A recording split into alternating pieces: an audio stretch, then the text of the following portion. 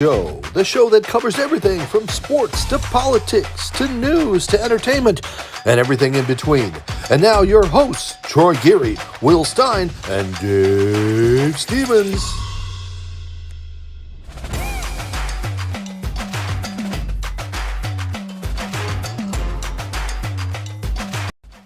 Well, hello again, everybody. It's Dave Stevens coming to you without any host tonight, just me. Troy is caught up in that crazy weather and he was flying out of California. But you got me tonight, so I'm so happy to be with you. And of course, I'm coming to you from the home offices here in Bristol, Connecticut, home of ESPN and March Madness and all that good stuff. But I'm here tonight to talk a little bit about something that took place 10 years ago. And if you don't remember what happened 10 years ago, it was one of those days that I'll never forget working at ESPN. It was one of the craziest days of my entire life. And I'm going to warn you, some of this video is graphic. If you remember, 10 years ago, this took place in Boston just after, actually during the Boston Marathon. Of course, we had two bombs that were pressure cooker bombs that went off, one near the finish line, another just moments right after that, which of course killed three at the time. Two police officers also died later, and hundreds were injured. It changed the lives of so many people, including our guest tonight. And Marc joining us. There you are, Marc. It's so great to have you on our show tonight. It's Marc Fucarile. I'm going to screw this up so many Yeah, times. Well, how tough was that for you growing up with a last name FUC? I mean, your friends, it must have been, K, they I must have mean, just had a K, field day, right? K, yeah. Oh, they had a field day. They And it called me was, Fuke, fuck a girl, fuck a roll, anything, you name it, they called me it. and we joke here as fun, and I'm so glad that you were my friend and that we can talk about that. But as we talked about, it's been 10 years since this tragedy took place, and I'll show it a little bit again. Of course, take us through those moments and the mindset that you had of what was going on right at that time. Well, I was further down the road at the second bomb, so I saw the first one go off, and I was like, "Oh, wow, there are gonna be people hurt." And then bang, 13 seconds later, that one went off, and I was at that one down there, and, it took my right leg instantly at the scene. I was an amputee the second that bomb went off. Took me right through the knee. Yeah, and it burnt 80% of my lower half of my body in my left leg. You can see the seepage through surgeries. Yeah, I Is was in it the tough? hospital. I was in Spalding. Is it tough to watch these and relive it all the time, especially now when you're gonna see it a lot? No, People are gonna be calling you, talking to you, asking you, it's PTSD. You survived a war, and we had terrorism right here, and so as we look in your hospital bed and what you went through and your family around and all those, I mean, it had to have been probably the most impactful moment of your entire life. oh yeah, everything changed. Everything stopped. I mean, it was a mess. It wasn't a fun road. It was 3 years for me to recover physically enough to be able to live. Um, in and out of hospitals. That was my grandmother. These are just friends and family. Um, Rehab. They had to re-break all the cartilage in my leg from being stuck in the hospital bed for so long in a certain position because I couldn't weight bear. Um, And you were the so last to leave the hospital, I did correct? You were the last. 55. Yeah, I was 55 days in Mass General. I never should have left after 55 days. I should have been in there for probably another 45 days, but they wanted us out of there, insurance, the image of the BAA and the image of the Boston, city, and everybody's fine. Nobody was fine. There was so many of us still going through surgeries. Jess Kensky was still fighting to keep her leg, which she ended up losing both. Um, you know, there's the so many other survivors that were just injured became amputees after too. Year later, I know there's a couple that lost their limbs, and so there was 17 total amputees from the Boston Marathon. 265 injured. Three died the day of the marathon, and two police officers died days later.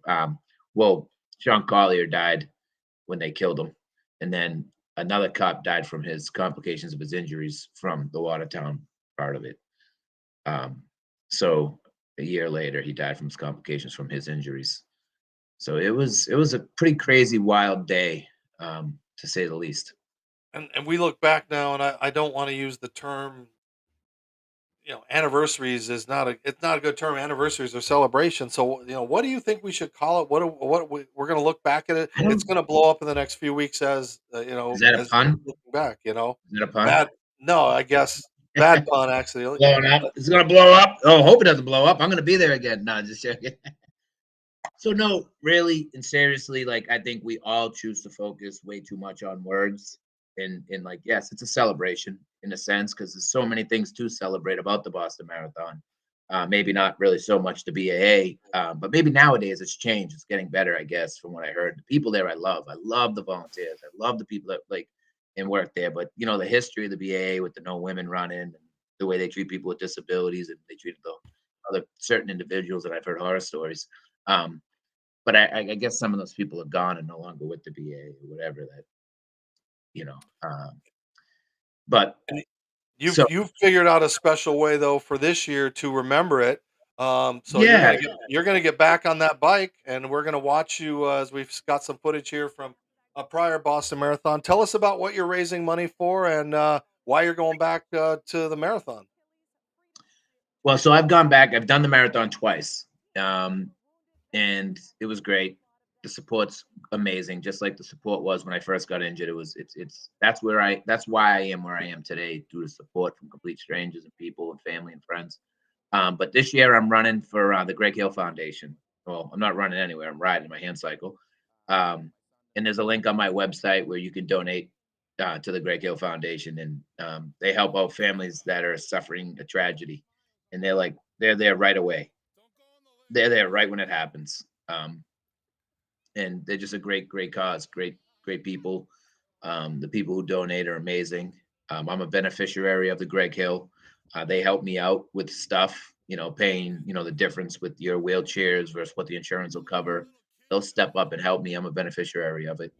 Uh, so after I did the marathon twice, I gave Greg Hill's foundation my bib so they could give it to somebody who could fundraise for their organization.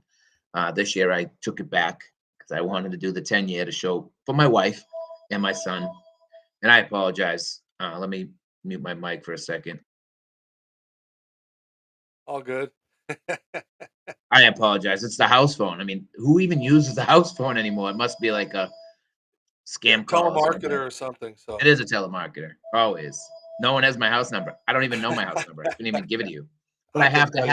I have to Yeah. have it because I have that elevator lift. It's like a lift, and I have to have a phone in it. So that's the only reason I have a home phone. If Well, not, Mark, you didn't let this tragedy set you back. I mean, you have overcome so much after you got, out of rehab and the long 3-year process, and now, you know, you're on a sled, you're playing sled hockey, you're biking, you're snow skiing, you're doing all these things, taking your son to Fenway. So, what motivated you to just not sit back and become a disabled or handicapped stereotype? I mean, I believe life's a choice. You choose to do stuff. I think we're only limited by what we limit ourselves to do. I really believe that. But a big part of my recovery and a big part of my belief was I didn't want to let the people down that supported me. You know what I mean? I mean, they were complete strangers sending me gifts, donations, knitted scarves, hand knitted hats, quilts, blankets. Schools were sending cards, handwritten cards by young children.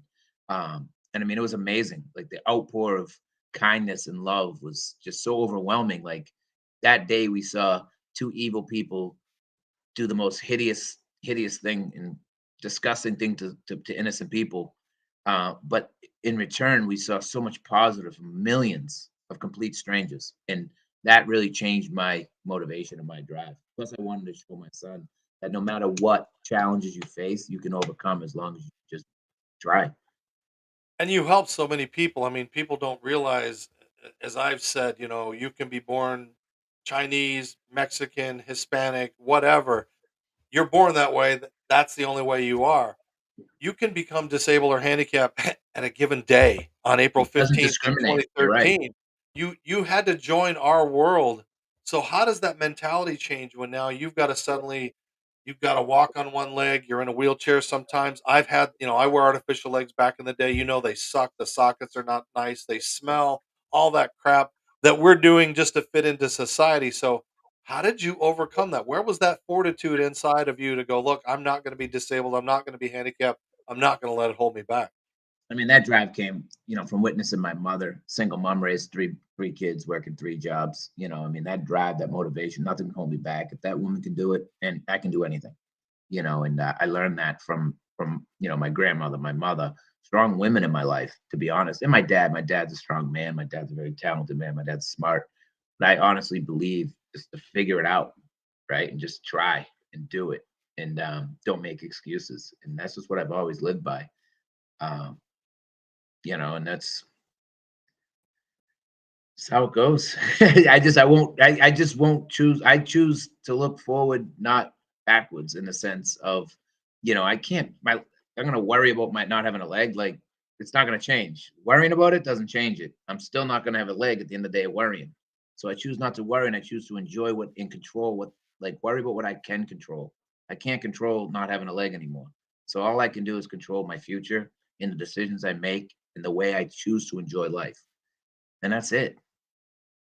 Those are words of wisdom to live by. And by the way, if you've noticed, I kind of have this really nice looking shirt on. So let me get in a plug in for our folks, and we'll talk about your shirts in just a minute here. But of course, we got to have Fresh Clean Threads as our sponsor, and yeah, I'd like to wear these shirts. I'm wearing one right now. And if you go to freshcleanthreads.com, type in the code GSS Show, you get to save 20% off of their Henleys and T-shirts and collared shirts, all those things that I like to wear because, like I said, I can throw them in the wash. I don't really have to iron them. They look good when I put them on, and I feel good. I save a lot of money. So go to freshcleanthreads.com. You can dance like I did after that, and you can look just as good in our fresh, clean threads. But Mark, you're also, as we talked about, raising money, and there are ways to help out your cause and the things that you do. So tell us a little bit where we can get these things, these shirts, the merchandise, all these wonderful things that not only support you but support your cause and the people and motivational and inspirational things that you're doing to help those that lose a limb or have been in an accident, that you're helping, because there weren't those people that were there for you. Yeah, I appreciate that. It's my website, www.marcfucarile.com. There's two different things happening on my website. So there's a t-shirts for sale and other stuff, and that merchandise helps me and allows me to keep doing what I'm doing to help others and fundraise and bring awareness to nonprofit organizations that I volunteer and work with. From kids with spinal cord injury to autism to kids with missing limbs or limb differences to also just fundraising for veteran organizations. And then the second thing on my website, there's a link for the Greg Hill Foundation for the marathon. So you could make a donation to the foundation that I'm riding for, or you can buy t-shirts that help me keep spreading my word and my positivity and my awareness to the mobility impaired community. And it really is awesome that you're doing that. So please go to the website. Great t-shirts. He's got hats coming up, all kinds of cool stuff. And I love what you're doing. I love what you're all about. And you've had such an amazing time, as we talked about you, with your wife and your child, and all of the fun things that you continue to get to do. In fact, what was that you were showing us there? Oh, it's the glare's a little bad, but it's on my last leg hoodie. Mark Well, Fuqua, literally, I find those very offensive to me, who has no legs. So just rub it in a little bit, my friend. hey, my wife has no legs. And speaking of that, and we That won't. makes it okay, right? Well, hey, another amazing part about you, and I'll ask a follow up question Probably the I've best always part wanted of to me. ask, but you found someone after all of this tragedy who has no arms and no legs, and you married her, and she's a beautiful woman, and we've got some pictures here of you guys getting married, and the life that you've had. So tell us a little bit about this magical love that you've found. Yeah, it was it's crazy. It was just I partaked in a weekend for warriors with the Halo for Freedom, and I met some amazing people that were either sponsors or on the board for the nonprofit or volunteers that were there, and I developed some really good relationships, and through those relationships that started in 2013, they came about, and grew on those relationships. And one of those individuals put me in touch with my now wife, Nikki, to get her to help mentor with the kids that I mentor with. And it didn't really work out because she's shy and she did the camp thing and she did that and wasn't really for her.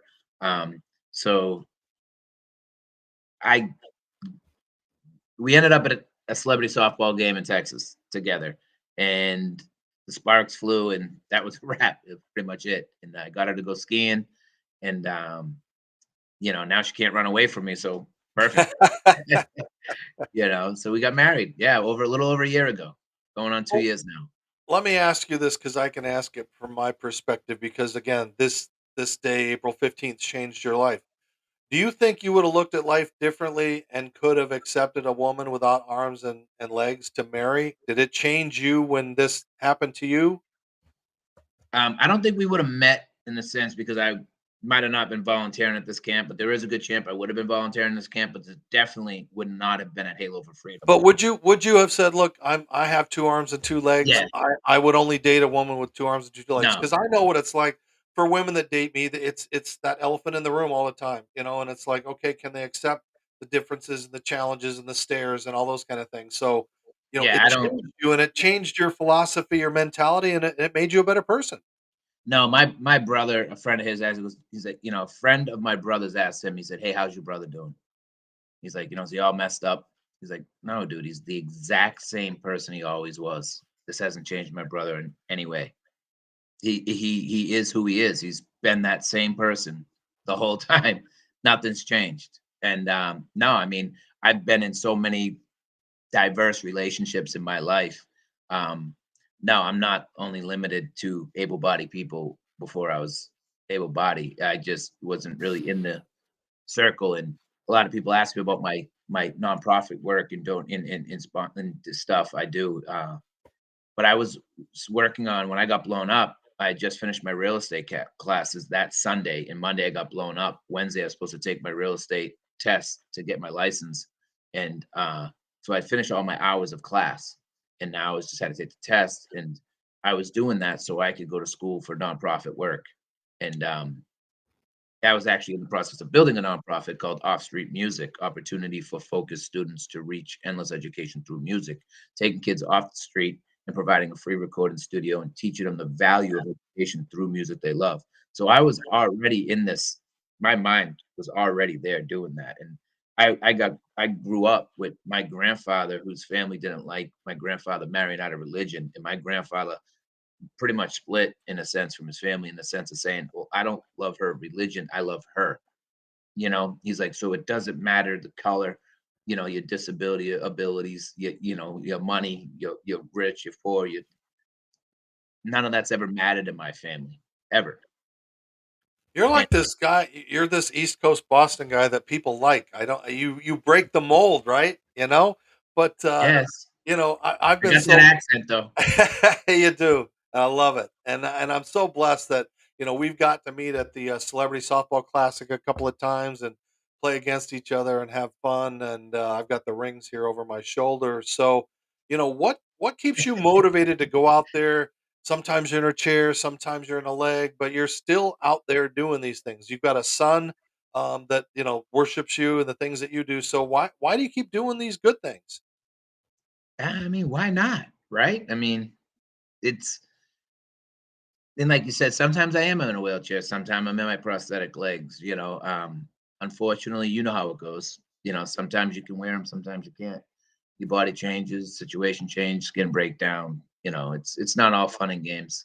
I got a special brace for my left leg that allows me to walk. So not all, I don't have a good leg, just like you, so sometimes it's harder for me to be up on my legs for any length of time. It becomes very painful.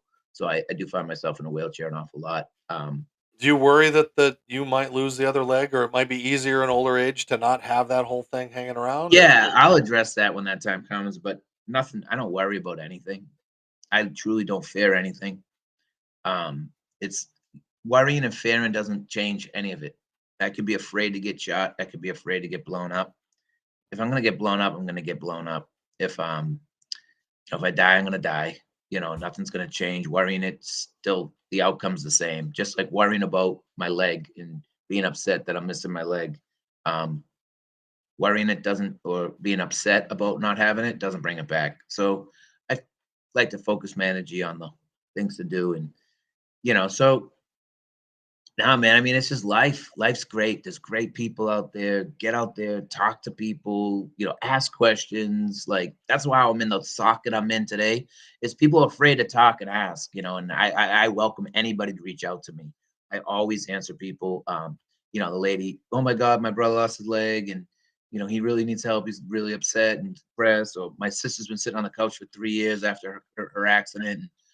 She's, becoming obese and she, doesn't want to do nothing, but she saw you on TV and she said, if he can do all that, 6 months after, because I was skiing at ski spec right after the marathon bombing, and I did an interview day and it motivated a woman to get up off the couch in Colorado and do stuff, and, it's great to be able to be out there and inspire people because some people don't realize what you do and what I do exists because they don't know they're in their bubble and they don't venture outside their bubble to talk to people. Like you bring so much awareness to families. It's crazy. It's like, oh my God, that guy does sled hockey. Oh my God, he plays baseball. Like my kid can play baseball. He can play wheelchair basketball. What? There is a such thing as wheelchair basketball. You know what's crazy? It's 2023 and there's people out there that don't know wheelchair basketball exists. Yeah, and that You and know what I that's mean? the problem is we need to educate them more and teach empathy instead of sympathy and give everybody else these opportunities that, I didn't have when I was growing up. There weren't adaptive sports and now there is. And so it's great to see because again, I don't think of myself as handicapped or disabled. I know you don't think that. It's the outside world that labels us and gives us that title.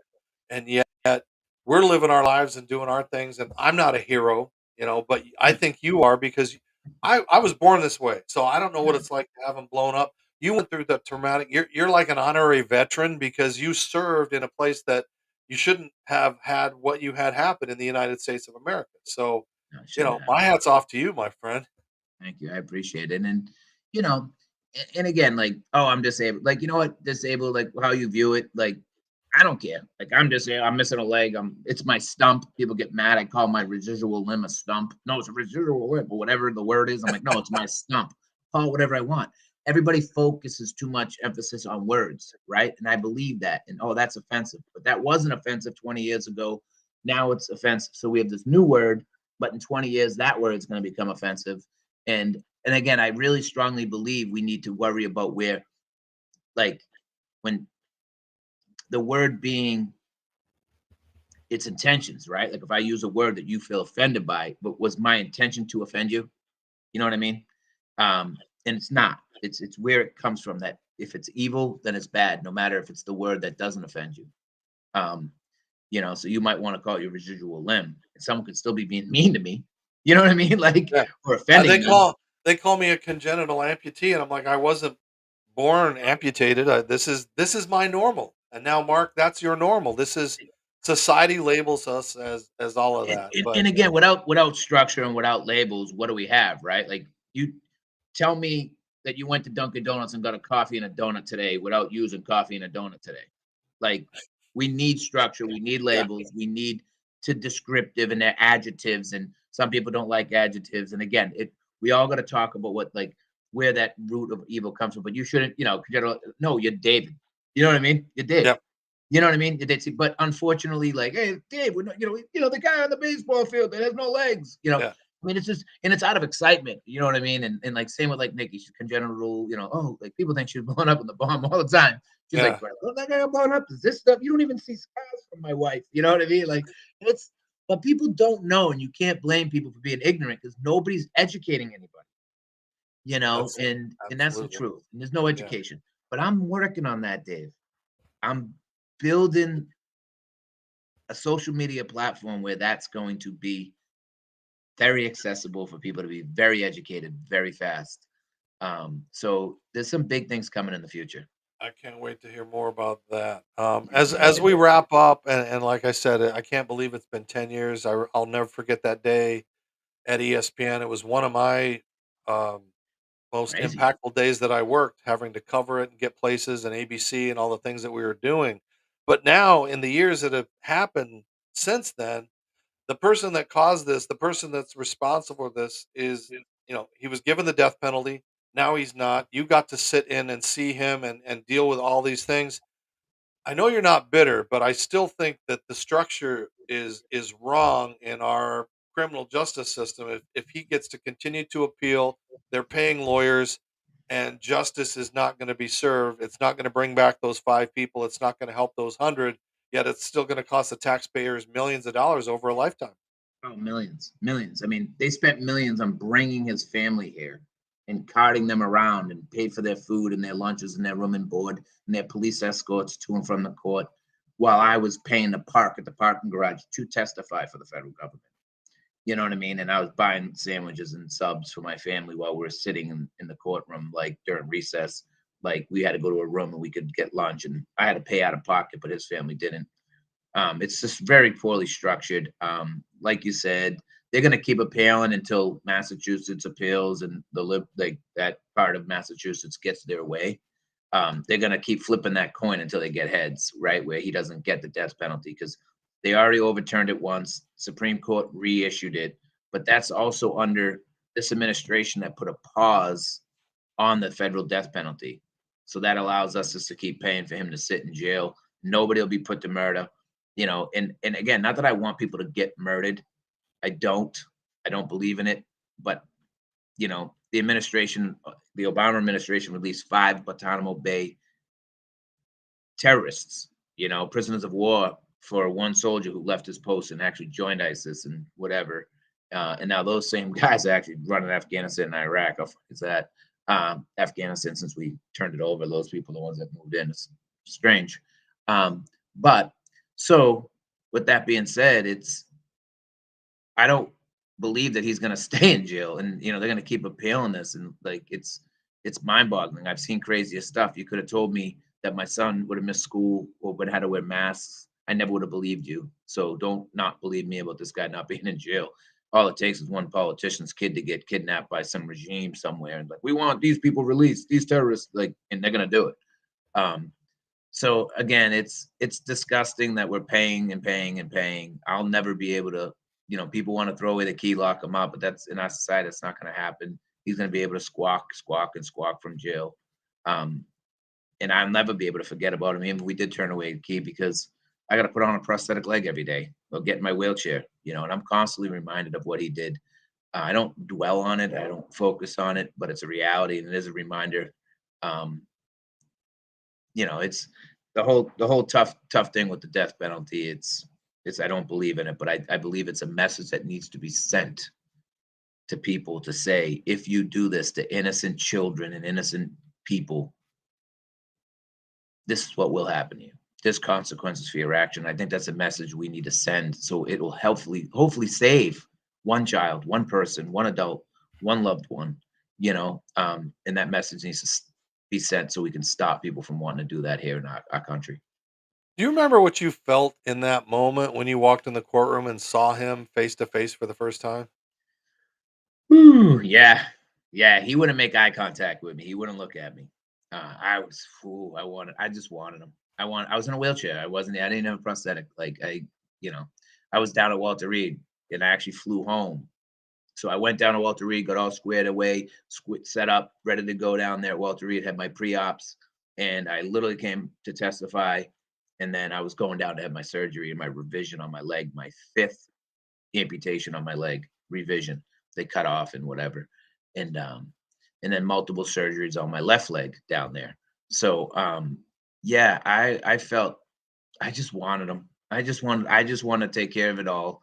I wanted to take care so no one had to pay for his defense anymore. I wanted to grab him by his throat and rip his jugular out like, you know, Patrick Swayze in Roadhouse. You know, that's what I was envisioning in my head. Like I'm just gonna grab him and rip it. Like, and again, I'm not like, and it's just to save everybody from that process because I knew, it was going to be this process and constantly dragging it out and constant money being poured down the drain. It's like on average, it costs us about $150,000 a year for a death row prisoner. I buy a box of 9mm shells for $14.99. I used to get them for $8.88, and I also paid 45 during the pandemic.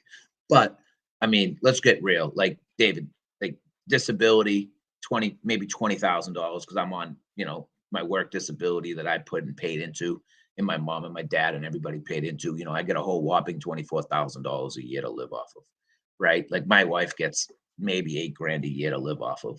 Um, and she was born with her disability, so she gets very, few. You understand what I'm saying? Yeah.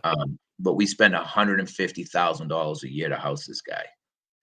Turn the prisons into nursing home and take care of our elderly, and take all our prison guards and turn them into nurses. You want to create jobs? Let's take care of the people that built and paid into the system for years with taxes. Instead of these criminals, we could, just do it a little different. 150 grand a year. Oh. And That's average. speaking of a lot of money, they've paid your Red Sox. A lot of players are getting a lot of money. So how are they going to be this year? I know this is going to air during April, so the season started. But what are you looking for from your Red Sox this year? Come on, the Red Sox, they're always good. They're Oh, they always good won. in my book. The organization. Okay, so let me do this right. The Red Sox as an organization and the people that work for the Red Sox have taken care of us survivors very well. They're amazing people at that stadium that work there, that work for the organization, like the grounds crew, the groundskeeper Dave, Pete Nebbits, Stephanie, who just left there. Now we have Sarah, is my point of contact. They're just honestly some of the best people. Like they're so kind. It's amazing. We've been blessed. I've been blessed by so many, and that's why I try to give. That's why I try to be there and accessible to people when their family member becomes a new amputee, and if I can help steer them in a better direction, that's what I want to be able to do. All right, give us the website one more time where we can get these awesome shirts and help support your cause and support you during the Boston Marathon and everything else that you do. It's www.marc Fucarile FUCARILE.com. So yeah, There it is up on the screen. Just do that. Order them. The shirts are really good prices too. They're not ripping you off. So, and it goes to a great cause. And I'm so glad that we had some time together here, my friend. It's always great, even though we're what are we like an hour and a half away from each other? We I still know don't connect enough. it's crazy, but yeah, We got to go to Texas. We always got to go down to Texas to see each other. So well, I'm in Texas a lot, right? Like I leave on the 29th. I just got back here on the 8th. I mean, so we it's so sometimes we're an hour and a half away, and other days we're about 27 and a half hours away. yeah, yeah. All right, Mark. Well, best of luck in the marathon. Continued Thank you. success in everything that you do and your motivation, your mentoring, everything. You are truly a wonderful man, and just you give Bostonians a great name. You really do. So It's there tough are to do other, that. yeah, other than Ben Affleck and his buddy out there. There's good dudes like you. So thanks for joining us tonight. Best of luck in the future, and continue to follow Gary Stein and Stevens on all social media platforms. On your home TV. Again, thank you to Fresh Clean Threads, the Disability Channel, Pro Stance, and everybody out there. I'm Dave Stevens for Troy and Will, who couldn't be with us tonight. That's a wrap. Have a good night. Take care. Hello, everyone. It's time for the Geary, Stein, and Stevens Show, the show that covers everything from sports to politics to news to entertainment and everything in between. And now your hosts, Troy Geary, Will Stein, and Dave Stevens.